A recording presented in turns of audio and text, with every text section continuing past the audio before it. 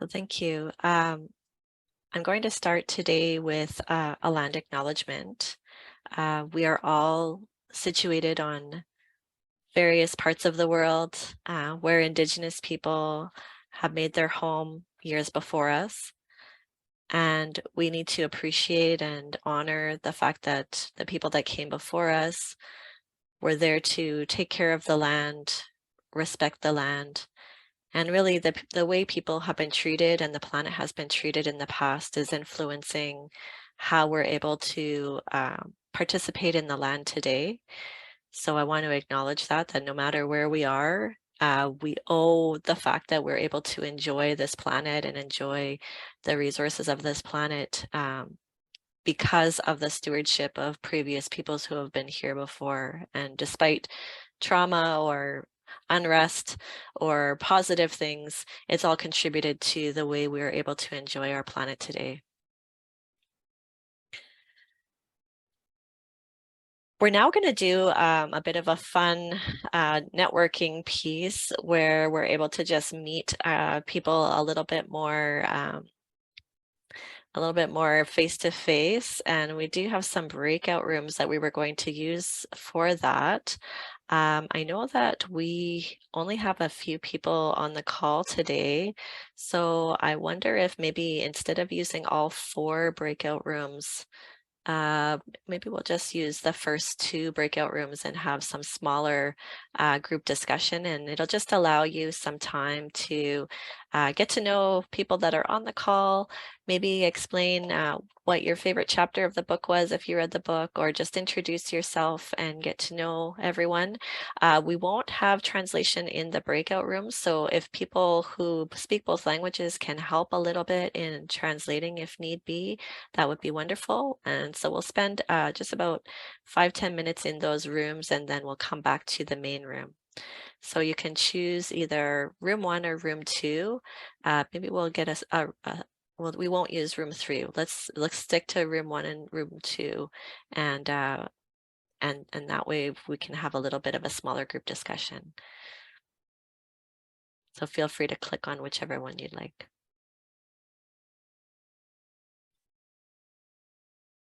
If not, we can always just do a round table here in this big group. Maybe that's easier. So yeah, why don't we just go around and have everybody introduce who they are, and feel free to speak in whichever language is most comfortable for you. Why don't we start with Alejandra? I am Alejandra Casillas.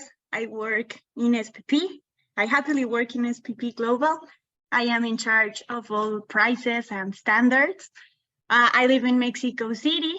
What else? Well, I have a year working at SPP, and I am really in love with all the fair trade themes, because for me it's really interesting. I worked sometimes with little producers, but well, when I was studying, and now in this part of my life, I'm really happy to help them to have a better prices, better lives. So that's me. Great, thank you. How about Candiam?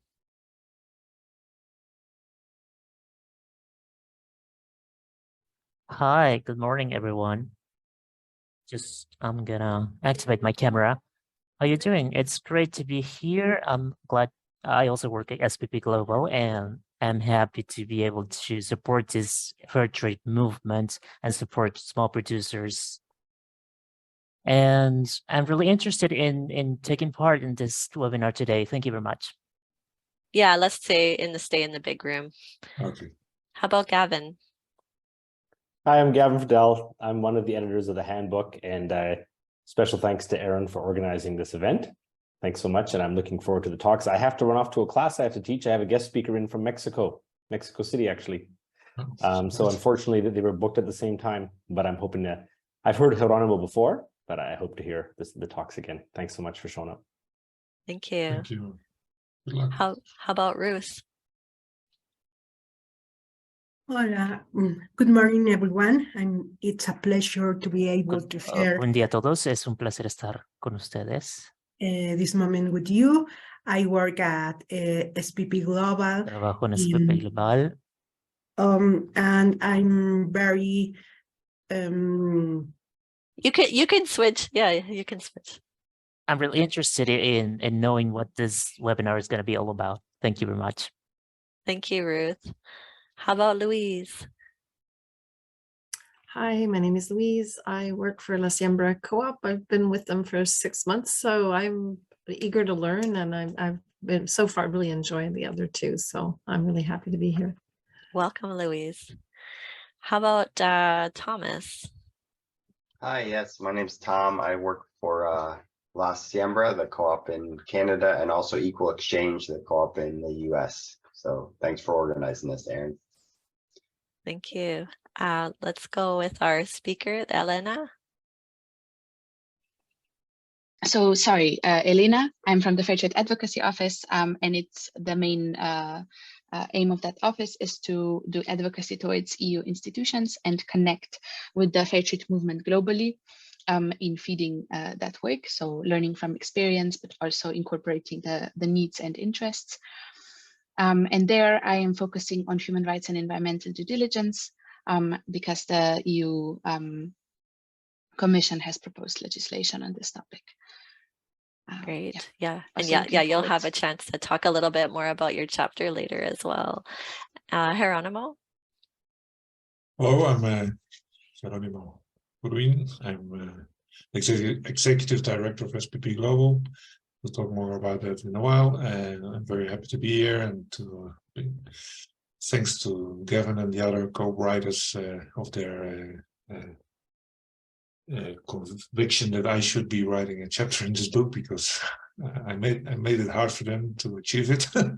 But I finally they obliged me to write it, and I'm very happy I did, and I'm very happy to have been able to contribute to this book. So I'm always very much interested in also hearing from other people, what persons who have read about the book, read the book and the article, if there are some questions, what their impressions are about the book and the particular article.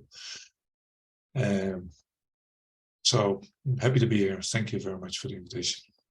Thank you. And I want to allow some of the people in the background from SPP to also introduce themselves. So maybe I'll put Mauricio on the spot. Is Mauricio? Yes. Hi, yeah? hi everybody. Yes, I'm helping posting the webinar on social media again, so maybe more people can join us. Nice to meet you, everyone. This is Mauricio from SPP Mexico. I am the manager of marketing and market development from SPP Global. It's a pleasure to meet you all. Great. And Julio, I know you're doing translation, but do you want to introduce yourself briefly as well? Well, hi everyone. This is Julio. I'm the translator for SPP Global, and I'm really happy to be here translating for you today.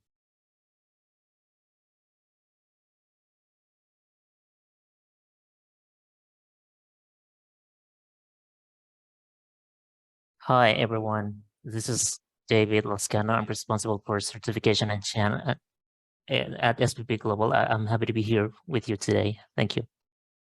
And Sujata, I see that you joined us. Sorry that. Yes. Yeah, I thought it was 11:50. So no. but oh yeah, okay. But yeah, I'm Sujata Dey. I'm the former trade campaigner of the Council Canadian. So I worked a lot on the renegotiation of the new NAFTA, CETA, and so on, and the TPP. So that was what was very involved in working on changing trade rules. And my chapter is about how basically multinationals have been empowered by trade agreements, and how that really comes to head when we're talking about the pandemic and what we're still going through. Yeah, and I can introduce myself as well. So I'm Erin Bird, and I'm currently the president of the Canadian Fair Trade Network. I do this as a volunteer member of the executive board. And in my full-time job, I work as an engineer at the City of Calgary, but very passionate about fair trade and volunteering to help the movement and wanting to make the world a better place, which I'm sure all of us want to do. So happy to be here. And I did contribute a chapter as well to the book in section 2 on fair trade clothing and fashion. So was really happy to be a part of it, and it was a great experience. Am I missing anyone else on the SPP side that wants to introduce themselves? No, but Aaron, you should plug. Aaron puts out a monthly newsletter, and it's great. So if you don't subscribe, that's a good one to add to. So even if you don't go to Calgary very often, you'll want to read it. Yeah, it's a Fair Trade Calgary newsletter, but we're always trying to find, interesting new products that are fair trade and share stories, and especially having that bigger connection with producers and feeling like we're making a difference. So. And I apologize because we were meant to have Sean McHugh, who's our executive director of the Canadian Fair Trade Network, here today, but unfortunately he has fallen ill with his family. They're trying to recover from a bad flu or cold, so he sends his regrets that he was not able to be here today. But he and Gavin and Zach Gross, another one of our fair traders here in Canada, had really been instrumental in putting the Fair Trade Handbook together. And I remember I was at the conference where this Fair Trade Handbook was an idea in our minds. It was actually Zach who noticed we were all sitting around the table doing breakout groups and talking about our strategy as a Canadian fair trade movement, and Zach was like, we have so much knowledge in this room. We should just write a book about it. And that's kind of how it started. And, kudos to Gavin. I don't know if you want to say a few words while you're here, Gavin, about it. Oh, I much prefer to move on and hear the presentations, but I think your summary of how it got started is great. Yeah. And finding all the different people to contribute a chapter to the book was amazing. Like, we had such a breadth of knowledge globally, really, within the movement to put all this information together. And for somebody who is fairly new to fair trade, I know that this is a great guide or introduction for people to get to know the different facets of fair trade and all of the gray areas, which are always complicated. And I'm sure we're going to be talking about some of those gray areas today. So yeah, let's get on with it. I'm going to introduce each one of our panel speakers, and each one of them had written a chapter of the book. So I'll just ask each one of them, as they introduce themselves, they'll have about 5 minutes to introduce themselves, if they can just maybe talk a little bit about the chapter and about what inspired them to write what they did in the chapter. And I will start with Elena. Thanks. I think, thanks for inviting me to speak today, and also for the invitation for the FTAO to contribute a chapter to this book. I think it's really valuable that we also speak about advocacy work that's connected to the fair trade movement, which is also at the heart of the point that Sergi, so the chapter I'm speaking about right now was written with the FTAO's former executive director, Sergi Corvalan. He is now in the European Parliament, advisor for the Greens Party. But yeah, so the point that we were trying to make was that there is so much knowledge within the fair trade movement that it is really important to use the opportunity and leverage it also in advocacy work towards policymakers. And this is directly connected with what I do. So I joined the Fair Trade Advocacy Office in 2019, and my background is international human rights law. So from there, it kind of flowed into me starting to lead our work on human rights and environmental due diligence. This is a framework that was established now 10 years ago and published by the United Nations, unanimously also confirmed by the Human Rights Committee. And it's a voluntary framework, but this voluntary framework has been translated into different formats of national legislation that made the idea of human rights and environmental due diligence mandatory. And this idea is based on previous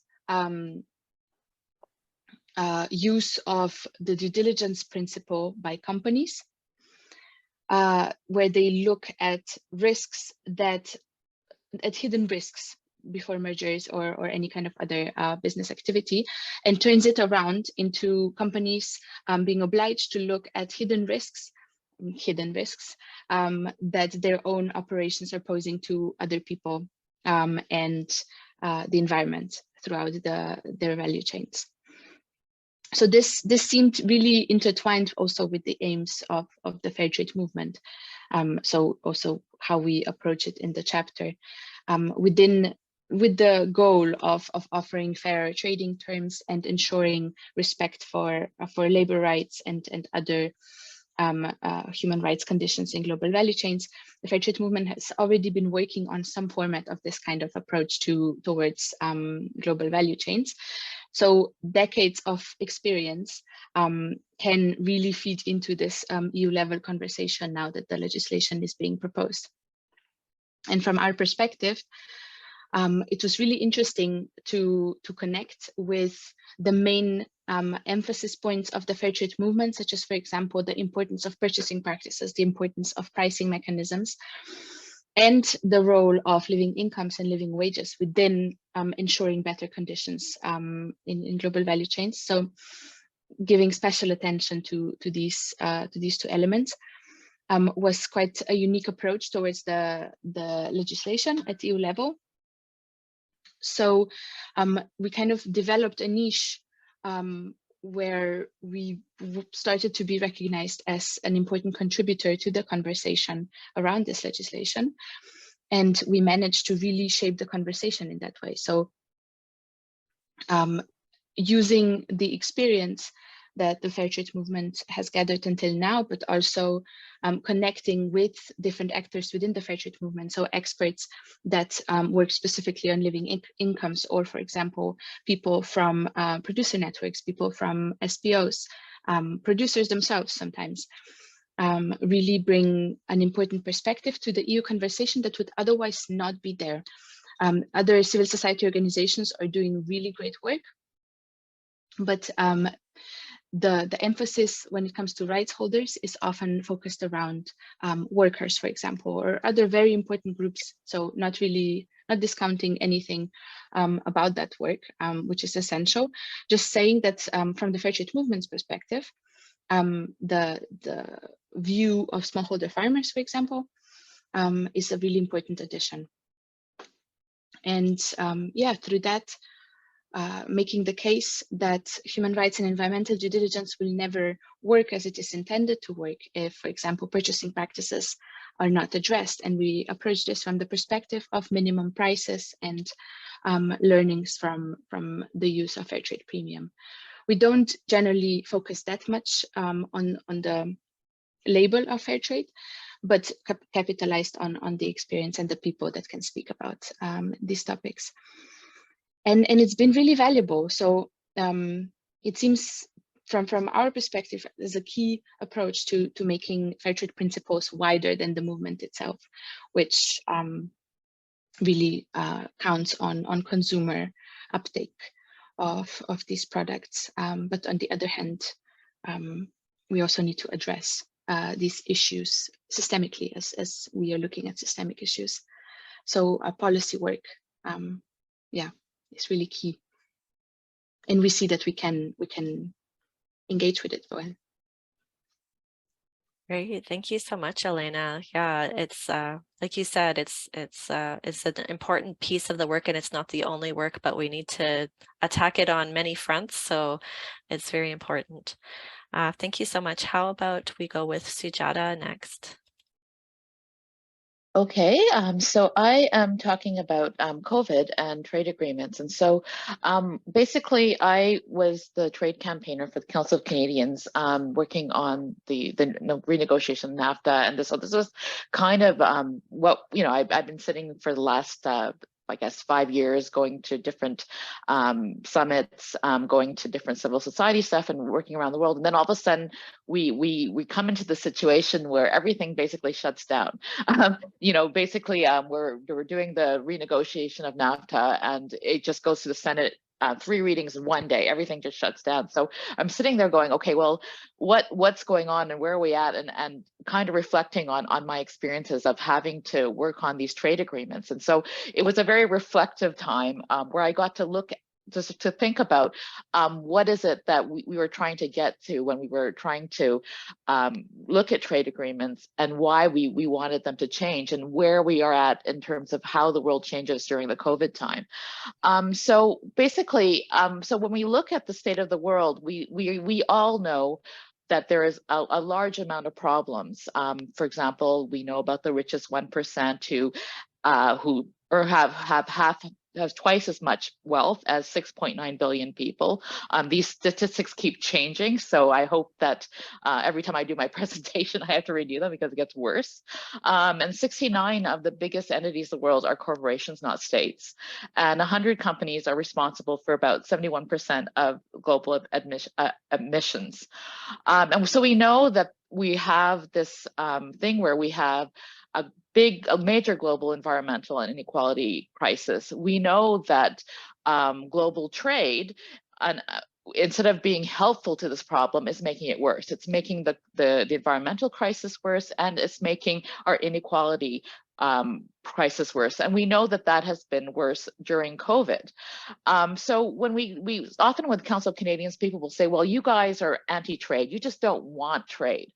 What we're saying actually is, no, it's not that we don't want trade. It's just that if corporations can just go and do whatever they want, then we have a situation where globally we also have to make rules that just rein in a lot of the excesses. But in the essence, when we're looking at trade agreements, and there's a multitude of trade agreements all over the world, and with Canada, we're talking about the Alliance of the Pacific now, we're talking about the World WTO, we're talking about the CUSMA, CETA, TPP, etc. These become now the rules of global trade. And instead of being the rules of fair trade, these are rules that actually make the global crisis even worse. For example, when we're talking about when we look at trade agreements, often what they'll do is they'll talk about intellectual property rules.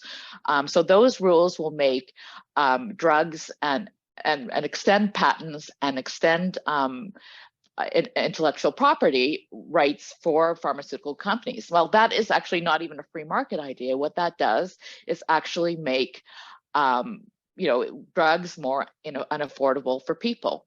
It also makes, basically pharmaceutical companies can make rents, like huge amounts of rents with very little investment.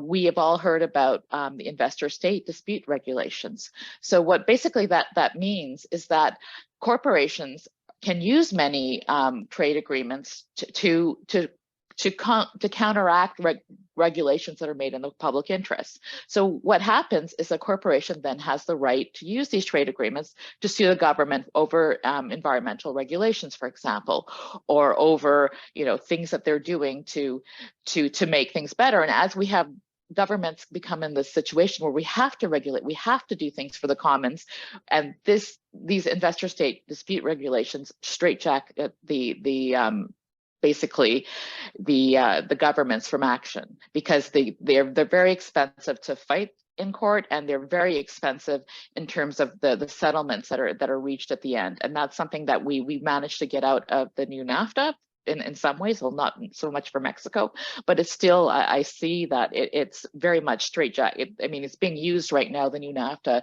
with the AMLO government to basically make it so that they can't do things on glyphosate, for example. They also want to improve the way that they do trade on energy.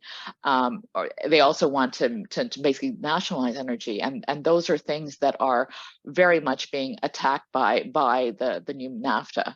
There's ratchet and standstill clauses, which basically say that when you can further privatize things, but you can't bring this into the public.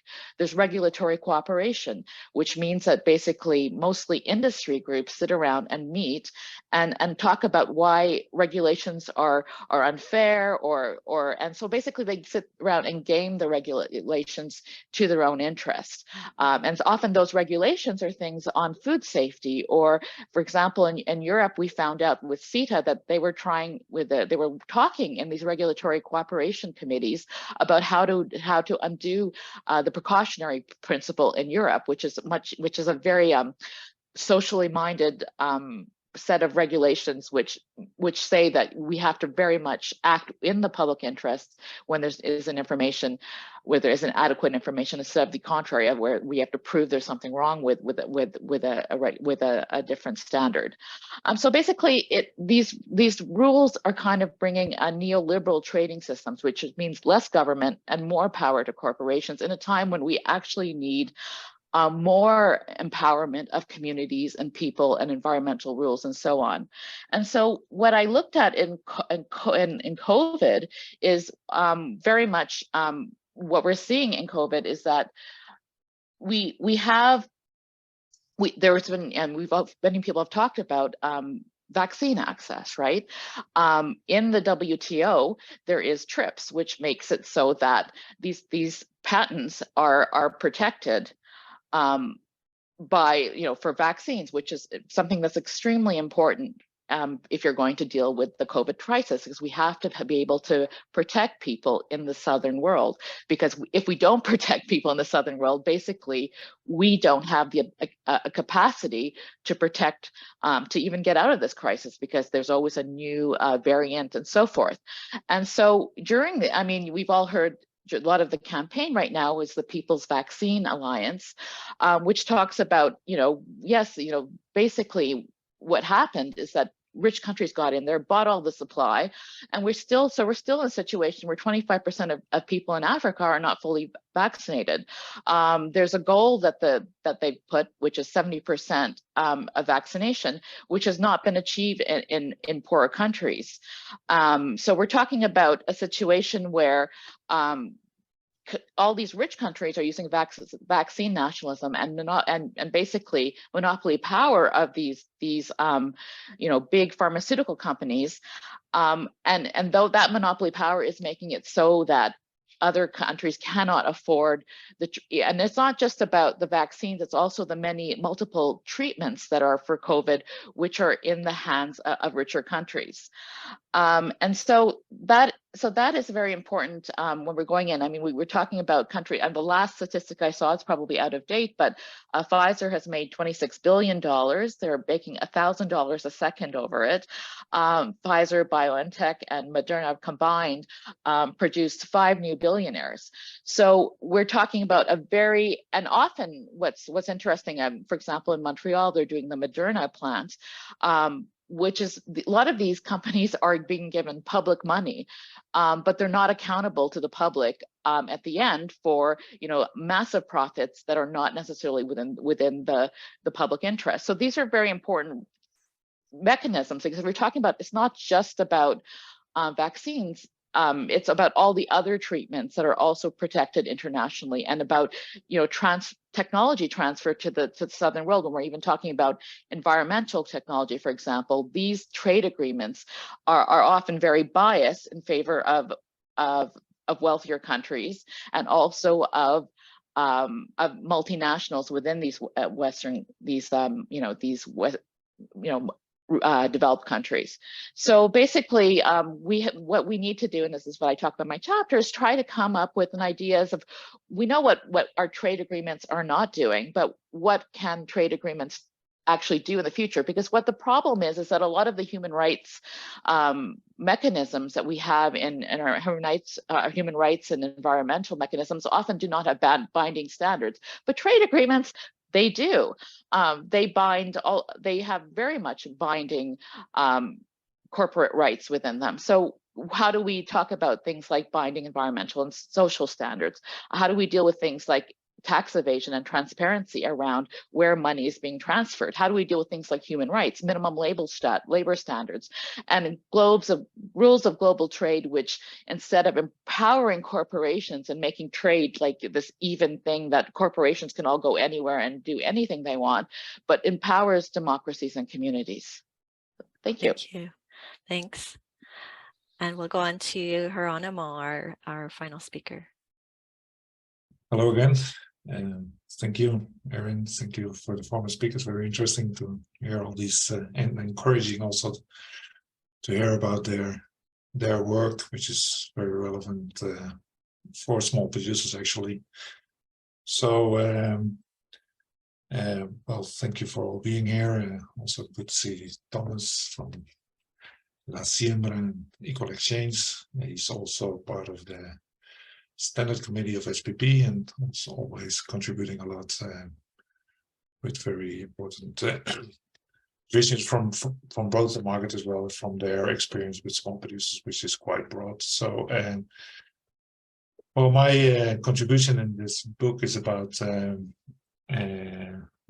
it's a bit, I must say that my life, or at least my professional life, but I would say also my personal life is quite entwined with the history of fair trade and SPP, the organization I work for at this moment, in many ways. That's what the article is reflecting. It tries to make also this kind of relationship and a kind of loop between that's my youth. I grew up in the Dutch countryside. I'm not from a farmer's family, but I did grow up as a neighbor of a very traditional farmer's family, which kind of farmer you cannot find anymore, or was difficult to find at least in the Netherlands at this moment. It's almost impossible to survive at that scale at this moment, and to have a diversified farm as still was. There were some of them at that time, talking about the 60s and 70s. So I think one way or another, this inspired me quite a lot to write this article and to link this my personal experiences at that time to my motivation and interest to participate in different aspects of the fair trade movement. I was able to, by coincidence, to have some, when I was 17, 18 years old, to live in Mexico for 1 year and then youth exchange, and I was able to get to know different aspects of the Mexican countryside, and so that's why. And I studied anthropology, so I was quite interested in the farmers' movements. And then afterwards, I got related when I came back to Holland, and hopping around between Mexico and the Netherlands during my study. I was able to get related with, let's say it was in the first years of the foundation of the Max Havelaar Foundation, was actually the first fair trade label worldwide. It was kind of the inventor of the concept of fair trade. There were some other concepts around, like alternative fair trade, equal trade, and such. But then it was consolidated in the fair trade concept, and by the time, and it was spread out as a concept in the late 80s and the early 90s last century, and I did volunteer work there and got acquainted with producers, leaders from Mexico. So I got involved in their work, and of course in the countryside, working with community development and such. So I've been able during these years, I lived in Chiapas, which I still, for the moment, I think was my definite school. I studied anthropology both in Mexico as well and in the Netherlands, but I finally, I really learned things in living and working with farmers in southern Mexico and Chiapas. It was I had to leave all my books I took with me behind, and I was very inspired by all the knowledge and the wisdom of all the farmers around there, even though many of them were not able to write and read, but they had a lot of a huge level of knowledge, which made me feel humble on many occasions, and willing and able to learn with them. And so this gave me, let's say, I've been participating in this fair trade movement as of this farmers organization in Chiapas for many years. First in Chiapas, but then because of the uprising, I had to change places with Mexico City, and I was able to collaborate in the building of Fair Trade Mexico, the Mexican network of fair trade producers, and afterwards the Latin American network of fair trade producers, the CLAC. And as of the CLAC, we worked on creating this small producers initiative, small producer network, the label, which is called SPP, which have been working in for many years. So all this all together makes over 30 years of work in the fair trade movement, and particularly always working for small producers initiatives. And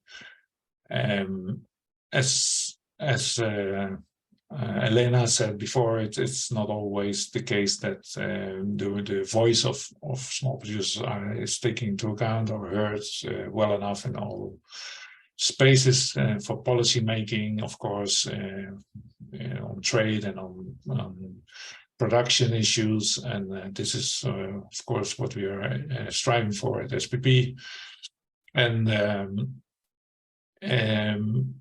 one of the points I'm making in this article is that, well, although we believe very much in fair trade, and it's, let's say, our motivation in life, but it's always, we always think it's important to talk a bit more about what kind of fair trade. So what are you aiming to do with fair trade? What are you aiming for? And it's, in that sense, it's not to disqualify the different types of fair trade that are around the world, and also these very relevant efforts, which is very crucial, is to also work on to make trade fair, and trade in general, as Sujata is working on, and Elena in some way or another too. So make trade fairer is very relevant for all of us, but also to have a particular space for small producers within the fair trade movement, and to have visibility of small producers and having their own view in a more down up and a grassroots view on fair trade is very relevant. Sometimes things are taken for granted, and people think, oh well, if there's a fair trade label on the package, that's good. But it is important to acknowledge that there are different ways of doing things, and as I said, it's not to disqualify anyway. We think that fair trade by any means in all kinds of forms is probably better than nothing in all cases. But it is very important to strengthen the position of small producers, and also take care that fair trade is always serving really the people it's supposed to serve. And sometimes, as happens also in these regulations issues, and the former speakers have been talking about this, and that's something that's happening all the time, is that you try to promote certain things and one of the means is creating, let's say, regulations, certification systems, and it's something that's needed to both regulate the markets and avoid abuses, and also to identify yourself between other ways of doing things, and that the consumer has this option of choosing for better goods, better products. But there's always this risk that regulations and certifications in the end turn against the interests of the people they are supposed to serve. This is one of the worries we are continuously working on too. And because regulations means controlling, and control means investment in systems and measuring systems, and put in place a lot of controlling and registration infrastructure, and this means a lot of extra costs. And as you've seen, things have become in recent years even more difficult for producers as a result of the COVID crisis, as a result of climate change. It has very huge impacts in small producers' communities. To give you an example, people would celebrate the fact that the coffee prices has been a bit higher in the last couple of months. It's now lowering again, but well, in the end, what does it? What impact does it make if producers are not producing enough coffee anymore because of climate change? So this impact of better coffee prices can be very relative, and it's also we have to take into account it. The markets, and particularly because of COVID, I think we've all seen that there's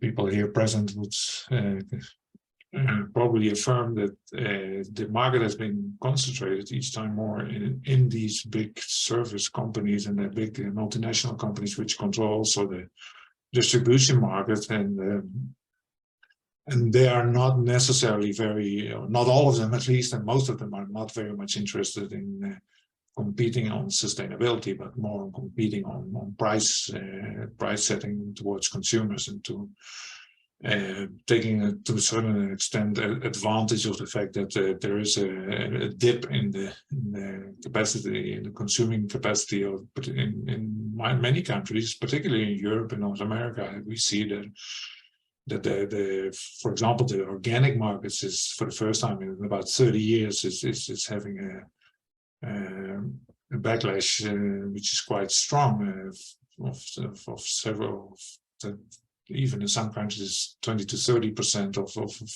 the consuming level, of fall of the consuming level. So that's very tough, and this affects producers and a lot. So yes, so that's a conclusion. As you can see in the article, we are very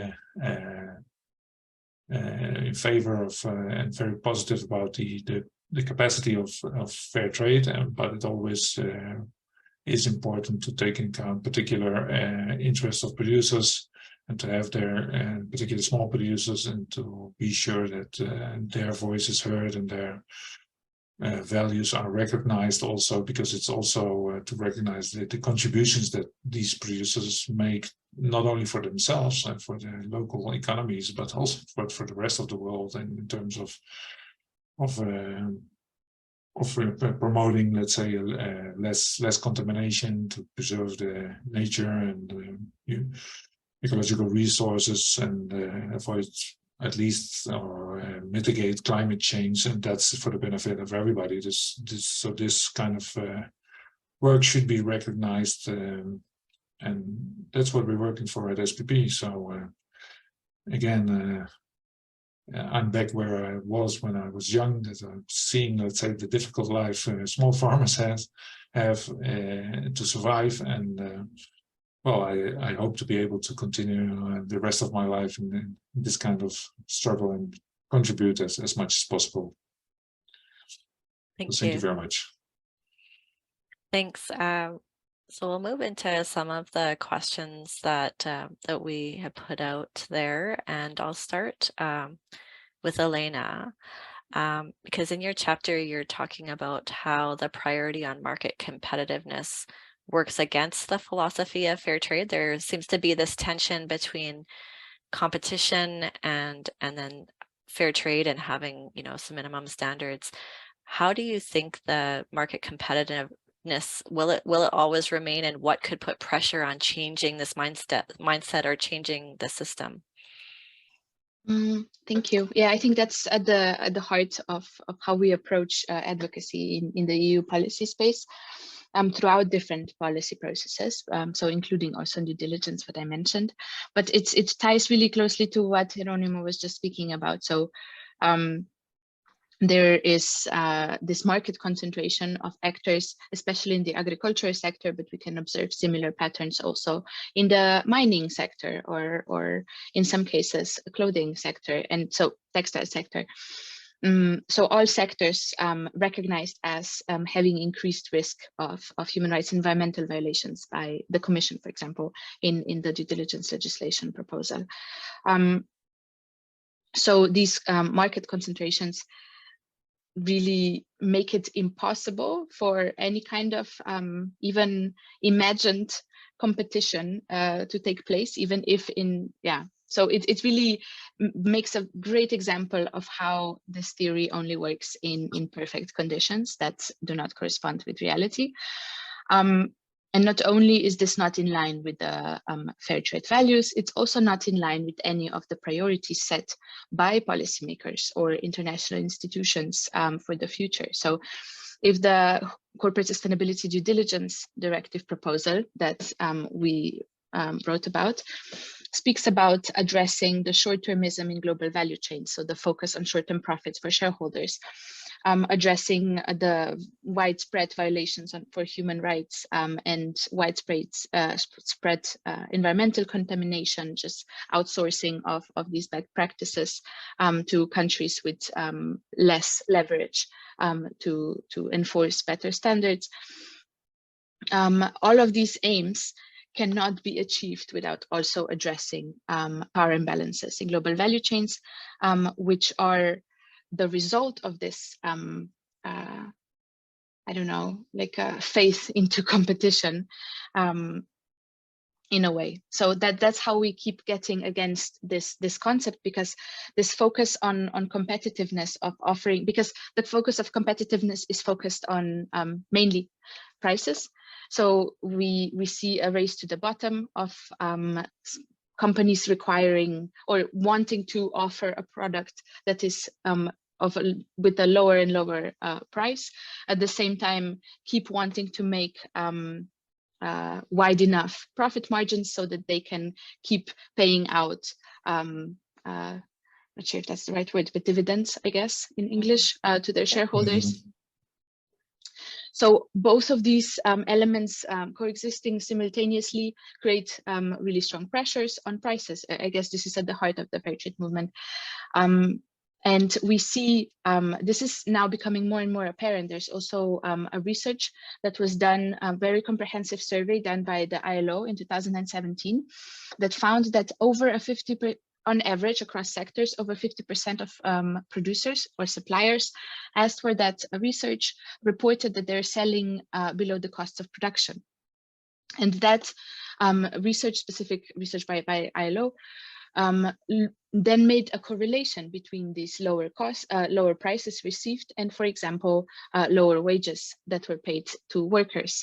So wages to workers as the most flexible cost of production in some cases, then really suffer when prices fall for a particular product.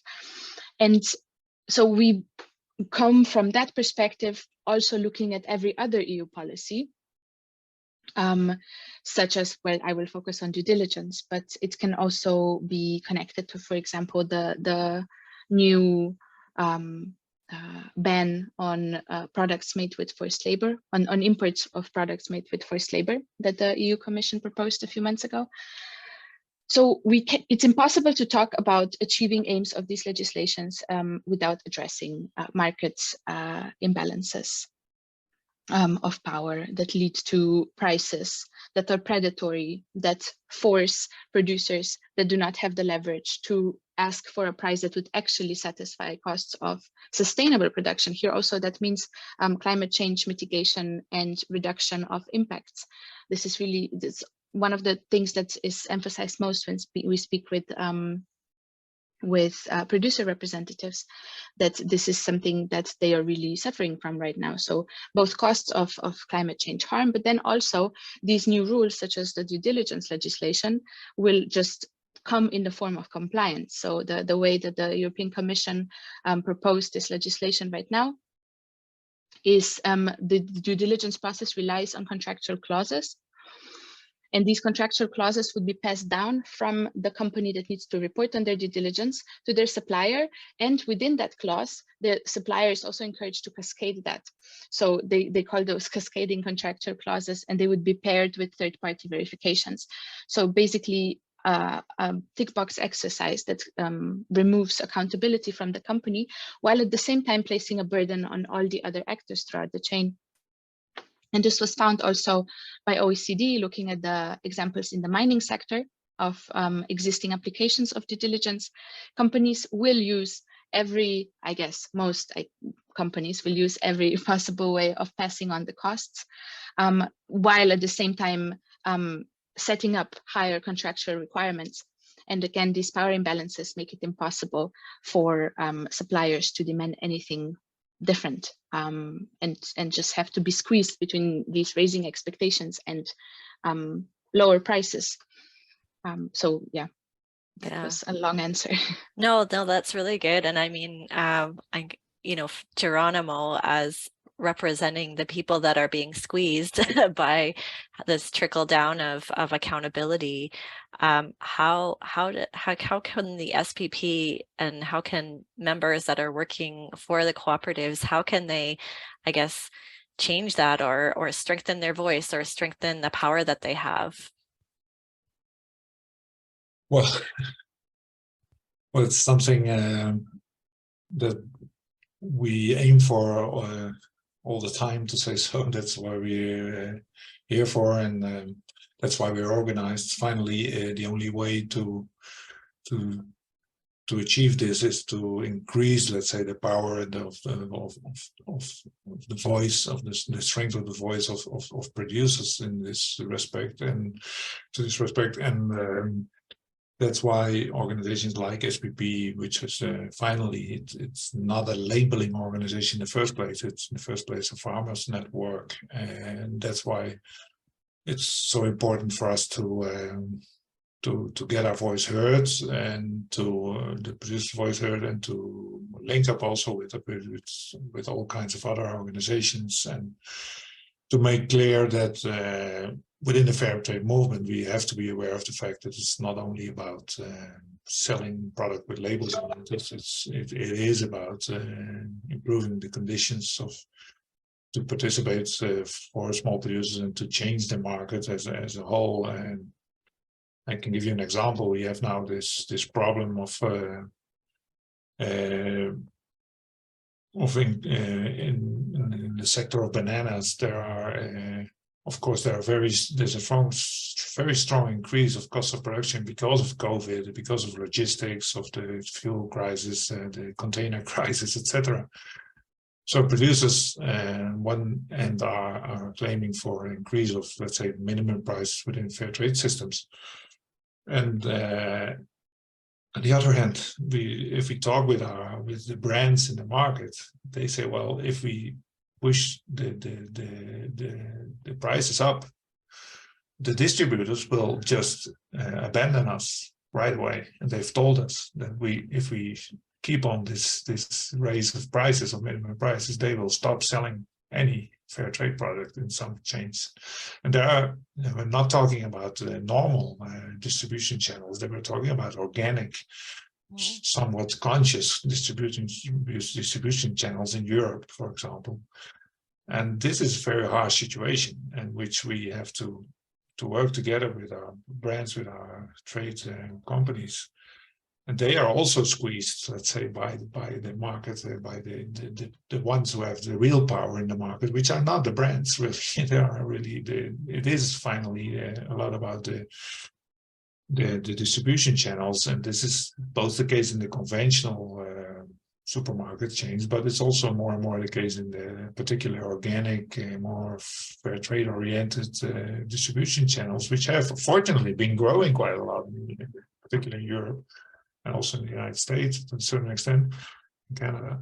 But the pressure they have and the competition they have in between each other is very, very tough. And so this race to the bottom, as Andrea says, Elena says, is very, is putting a lot of pressure on all the companies. And finally, the producers have if you would ask the producers nowadays, and we are in this discussion with our banana producers, well, are we going to raise our minimum price now, or are we going to cover, as we aim for living wages, living income, etc.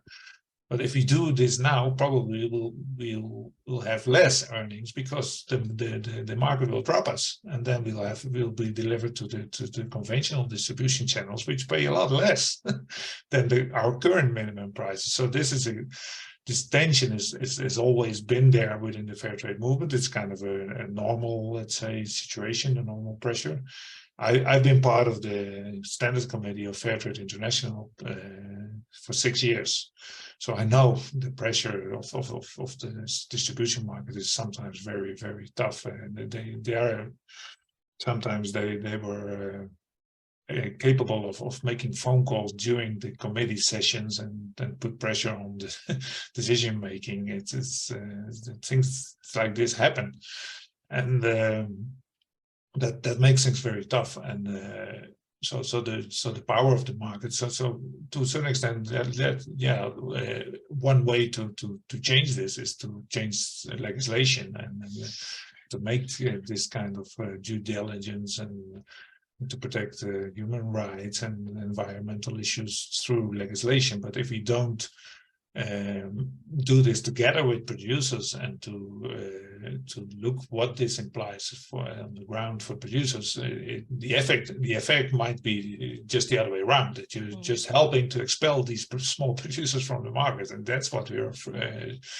noticing, that that's why this kind of work like the FTAO is doing, and Sujata and all, and we have to make join with a lot of actors in this movement a strong voice for this kind of situations, because apparently we're doing the right thing. I've been talking with people from the EU recently and on coffee and the ICO event in Colombia, and they're aware of this, but they sometimes don't know, and the bureaucracy doesn't know how to attend this. So that's where we have, as producers, have to be organizing ourselves very well and to interact with this.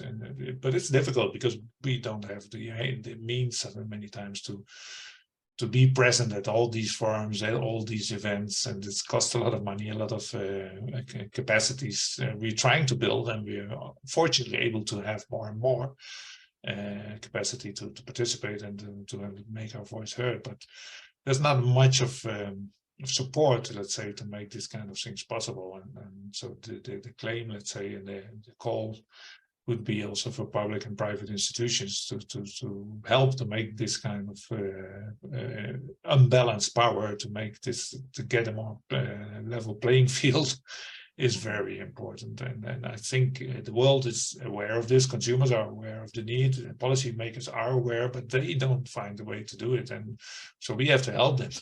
Yeah. And we have to have the capacities to help them and to make them understand what the reality of producers is, and how things could work, and how we could get rid of this unbalance in a proper way and in a proper kind of time schedule. But now it's, let's say, we are getting lost in certifications and regulations, and which, as Elena says, gives a lot of new challenges for producers to comply with, and how and when.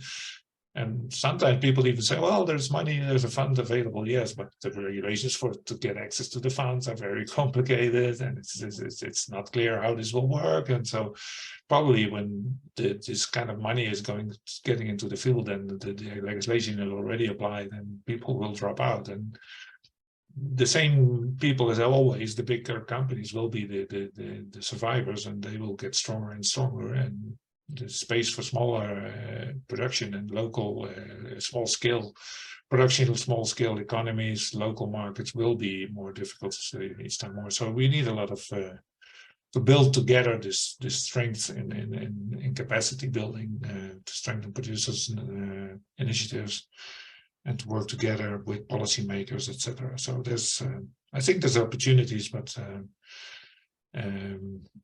we have to be, let's say, conscious about this, about time going by, and if you're not intervening in time, can be too late. So let's stick together and work on build alliances to make this possible. So this event of today, I think it's helpful. It's also very relevant for fair trade companies in the markets. We have seen in Europe, but also in North America, they're in a very tough situation, and they might go broke, some of them these days, and that would be very terrible. So, and this is because they are getting squeezed together with producers in this situation. So, it's really an emergency situation we have to work on together. It's not an easy thing, and we need all hands on deck. So, thank you for that. Sujata, I mean, you brought up that interesting perspective, even in your introduction about trade rules, creating exceptions to the benefit of big corporations. And, you know, it's like we're setting up some rules, but then the big companies are allowed to break the rules. How can we, what could shift the power around allowing this to happen, or from instilling some more accountability in the systems to help with this? Yeah, that's interesting, because I was very touched with what Jeronimo was saying, because I actually worked in Canada with a lot of small farmers.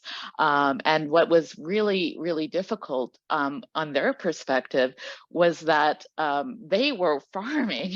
So me trying to get their attention was often very, very difficult, because they were, you know, they were working very long evenings, you know, and these are people who are advocates also on these trade agreements and trying to do their best.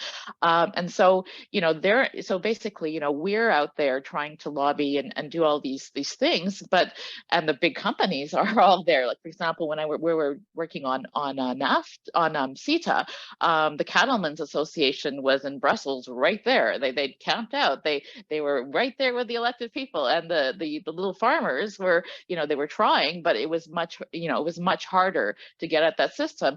And the point about gaming the regulations and how corporations, like the thing is, like, you have to have good regulations is also part of how you do it. Because, for example, what happens in the situation of regulatory cooperation, for example, when they had the North American Regulatory Cooperation Councils, and the big companies, the big pesticide companies would get in there and try to make the barriers to entry high, so that the other smaller companies couldn't get in, right? And so this becomes a problem often in designing regulation, is that, and this is why people say we should just get rid of all regulation, because, you know, at that place will be fair, right? All social regulation.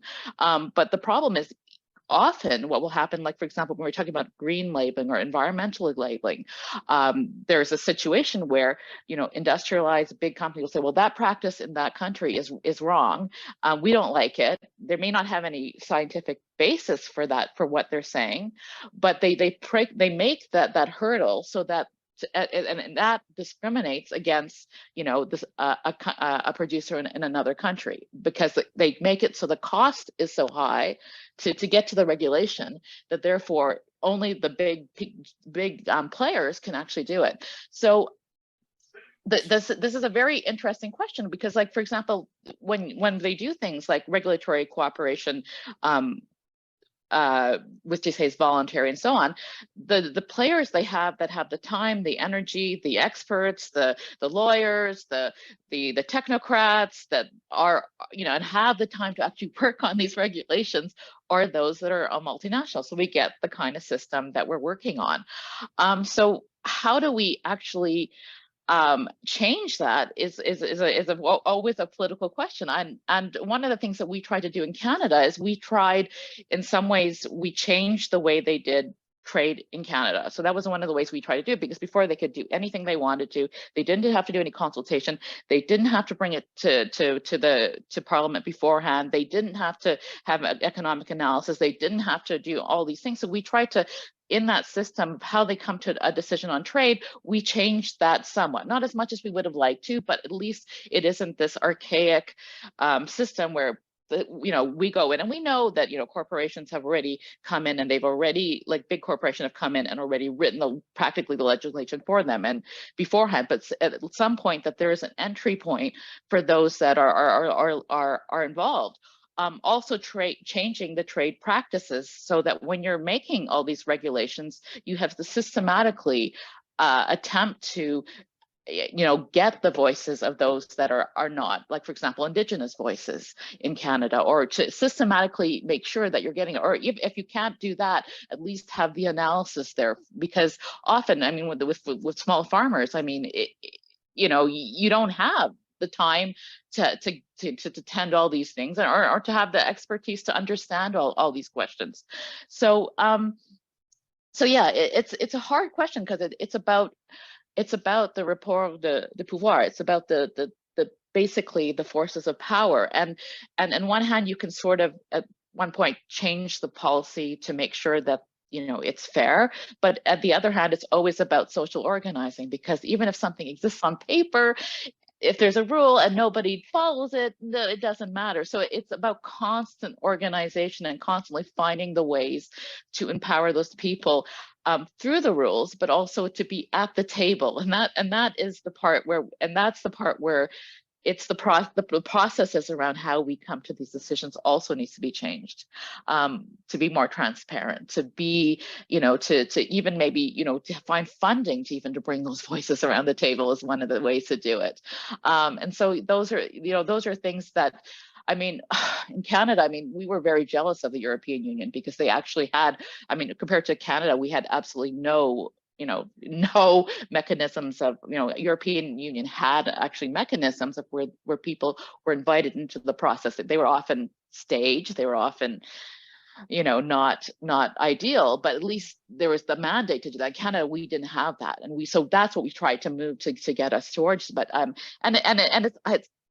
what I can't remember your other speaker was saying was that often what's crazy about these regulations is often you put in a good regulation, and then companies always find another way to game it. Like what she was talking about, the whole situation where they have a legislation that seems very good, it makes people comply, but then it passes, the companies have, so you got to have like also mechanisms where people can audit and continue to press for that, because it's always the problem. Yeah, no, that's a good point. Like stuff that's on paper is great, but if it's not actually happening in reality, there's that human aspect that a lot of you have been talking about. And yeah, we have to find ways to hold each other accountable for that. I did see that there is a question in the chat from Ruth, and I was thinking, Jeronimo, maybe you would like to address this one. It's in relation to the organic certification. Well, was Rudy making a question on regulations on certification bodies, prices setting to avoid, let's say, the increase of pricing towards consumers and the pressure on the cost for certification on producers. Well, it's a bit of a difficult topic. It is a fact that according to the increase of compliance criteria on the different levels, both for general regulations on trade and production for the different markets, but also particularly on organic production, it is a fact that certification costs become increasingly more higher because of this, the level of requirements and the amount of requirements, the levels of control. So it's a bit of a chicken and egg issue that because of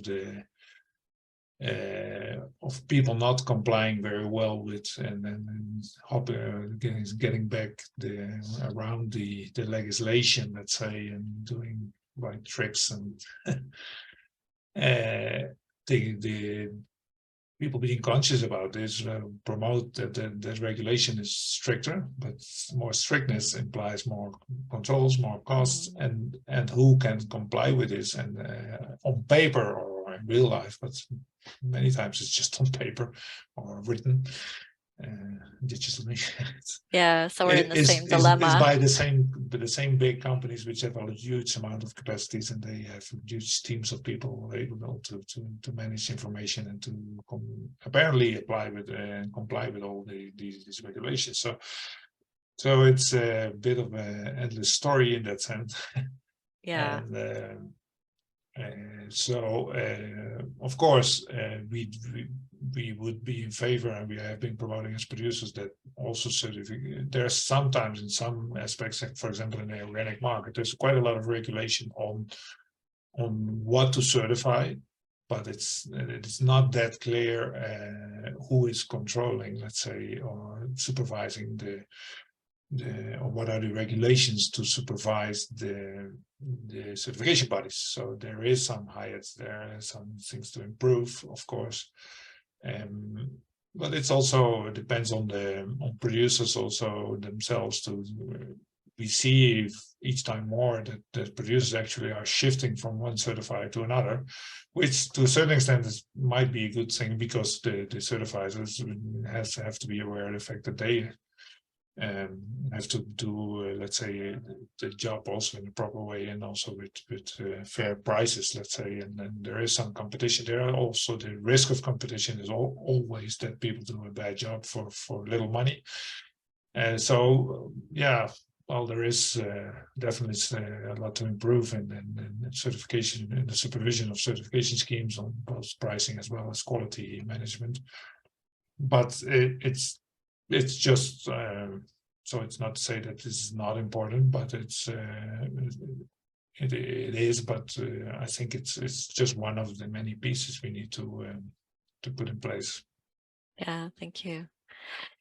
Yeah, I know, we could talk probably for a whole other hour, and I know I had a lot of other questions that I was going to ask you, but we are actually running out of time. So what I was going to maybe do with the last 10 minutes that we have is ask each one of you to comment on what is one action that you would ask Canadian consumers to do to support social justice and the fair trade movement. And as we're doing that, I'll also just maybe type in some trivia that we have, and feel free to answer in the chat on the trivia, but maybe I'll have Elena respond first on what is one action that Canadian consumers can do.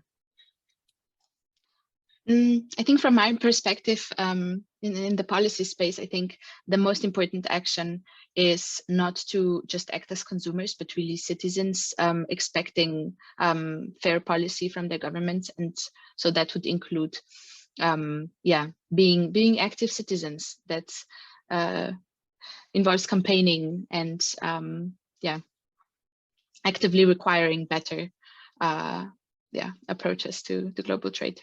Yeah, so being willing to be that voice, that squeaky wheel, so that we get change happening faster. Thank you for that. How about Sujata?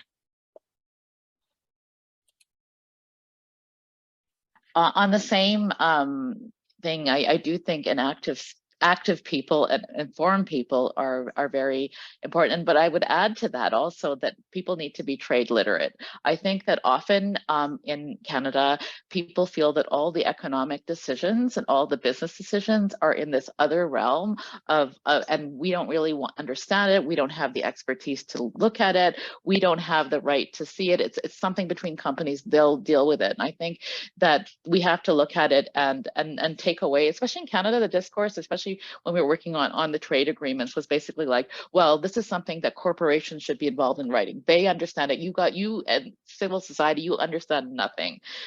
Your perspective is not economic. Your perspective is not valid at this table. And I think we've got to change that in Canada, where we have to say, no, these are part of this. And I think also, like, because there's this whole thing where a lot of people in activists in Canada are all in the social sciences. So they will often go to the social sciences, but I think we really need to have, to sit there and say, like, these economic decisions are probably more important than a lot of the other things that are going on, because they're the basis of things. And I think so. I guess being trade literate and feeling that a perspective that's non-economic is a super valid perspective for most citizens to have. Yeah, no, that's a good point. And I think maybe also just trying to dispel the apathy that people have on, oh, I don't have to worry about this, because it's affecting everyone. It's affecting every person in the world on what we eat and what we can buy and what we have access to. So no, that's a great add-on. How about Jeronimo? What do you think? Well, I would suggest people to be, let's say, to look always beyond appearances. There's nowadays most companies in the world are projecting their sustainability supposedly, and their fairness and their eco-friendly ship, and we need, both as consumers as well as citizens, as Elena said, well, we have to be, we would ask people to look a little bit beyond the brands and beyond marketing, and to be a bit beyond the service, even within, let's say, unfortunately, there's a huge movement of people who are like in the third or fourth wave of coffee consumption, and in chocolate, we see the same thing happening. And a lot of products people are getting, or at least a certain sector of the market is getting interested in high quality products and in small amounts of locally produced products, which is a great movement. But sometimes people get stuck in the physical quality of the product, but are not that much aware of what is behind the product. So you would ask people always look behind the appearances.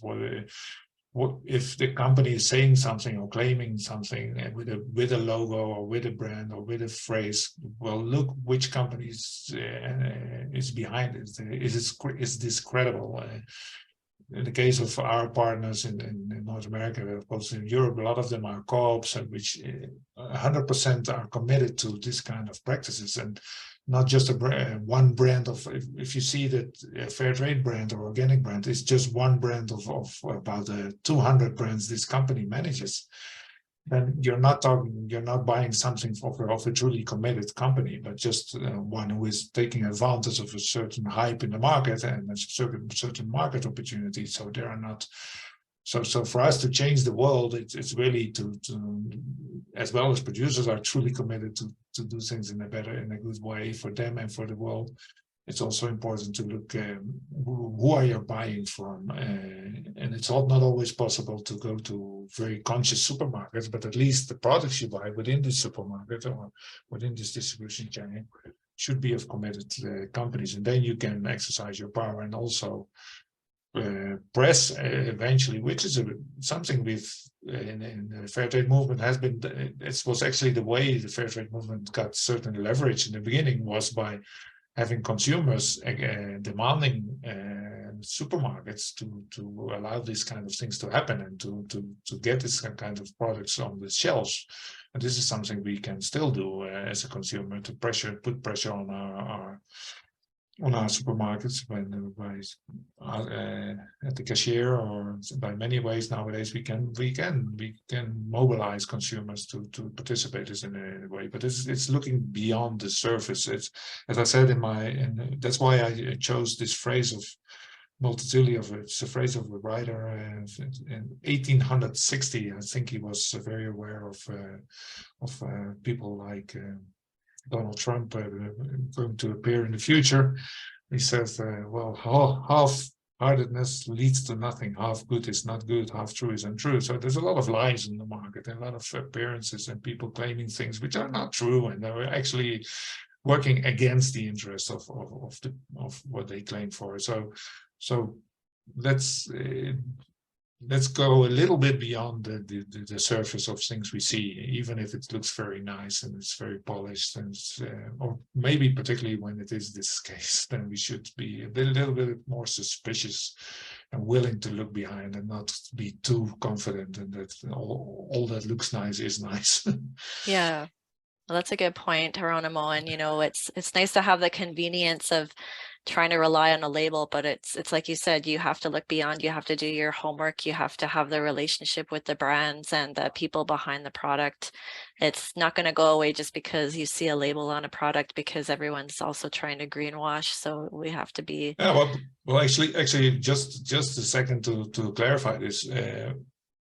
We've been talking with a lot of companies, but you actually say, well, why some you can buy bananas, you can buy coffee, you can buy chocolate on the market, which is sold below the purchase price to the producers on fair trade basis.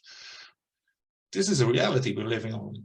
Why is this possible? How is this possible? This is possible because the companies that are able to do so are those who have other brands within the conventional market, to say so, and they compensate. So that's why we are doing advocacy for trade rules, and also fair trade rules should attend this kind of issues and make these kind of things impossible, that you compensate, that you are selling lies. You're really selling lies to the market, to the consumers. And this shouldn't be possible. And it's pushing out of the market all the fair trade companies, all the fair trade producers.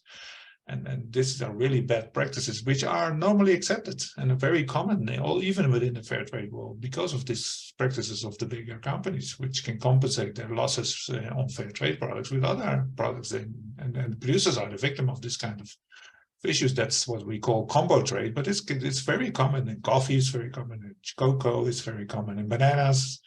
And each day we hear new stories about this kind of bad practices happening all the time. And people are celebrating these products and these cheap fair trade products in the supermarkets, and everybody's happy to buy them.